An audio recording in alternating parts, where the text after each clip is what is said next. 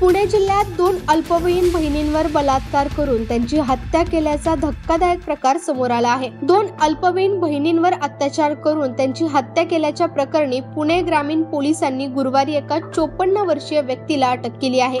पुणे जिल्ह्यातील एका शहरात हा धक्कादायक प्रकार उघडकीस आला आहे।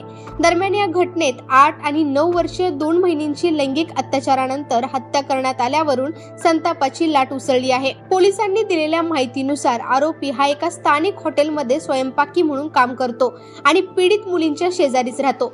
तसेच तो मुलींच्या कुटुंबियांना देखील ओळखत असल्याची माहिती प्राथमिक तपासात समोर आली आहे।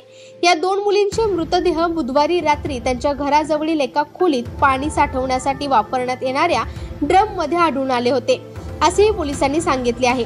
बुधवारी सकाळी घराजवळ खेळत असलेल्या मुली सापडत नसल्याची तक्रार त्यांच्या कुटुंबियांनी पोलीस स्टेशनमध्ये दिली। त्यानंतर पोलिसांनी या प्रकरणी गुन्हा दाखल केला आणि मुलींचा शोध घेण्यास सुरुवात केली।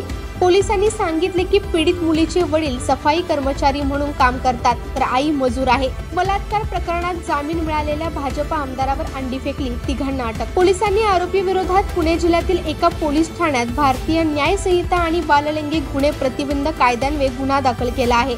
आरोपी हा उत्तर भारतात कुठेतरी पळून जाण्याच्या तयारीत असताना त्याला एका लॉज मधून अटक करण्यात आली, अशी माहिती पोलिसांनी दिली आहे। अल्पवयीन मुलींवर बलात्कार आणि हत्या केल्याच्या गुन्ह्याखाली आरोपीला अटक करण्यात आली आहे। गुन्ह्याचे कारण शोधण्यासाठी पुढील तपास सुरू आहे, असे एका वरिष्ठ पोलीस अधिकाऱ्याने सांगितले। आरोपीने कथितरित्या आधी वयाने लहान मुलीवरती लैंगिक अत्याचार केला आणि नंतर तिचा आरडाओरडा ऐकून मदतीसाठी धावून आलेली मोठी बहीण देखील त्याच्या तावडीत सापडली। आरोपीने दोन्ही पीडित मुलींची हत्या केली आणि त्यांचे मृतदेह पाण्याच्या ड्रममध्ये फेकले, असेही पोलिसांनी सांगितले।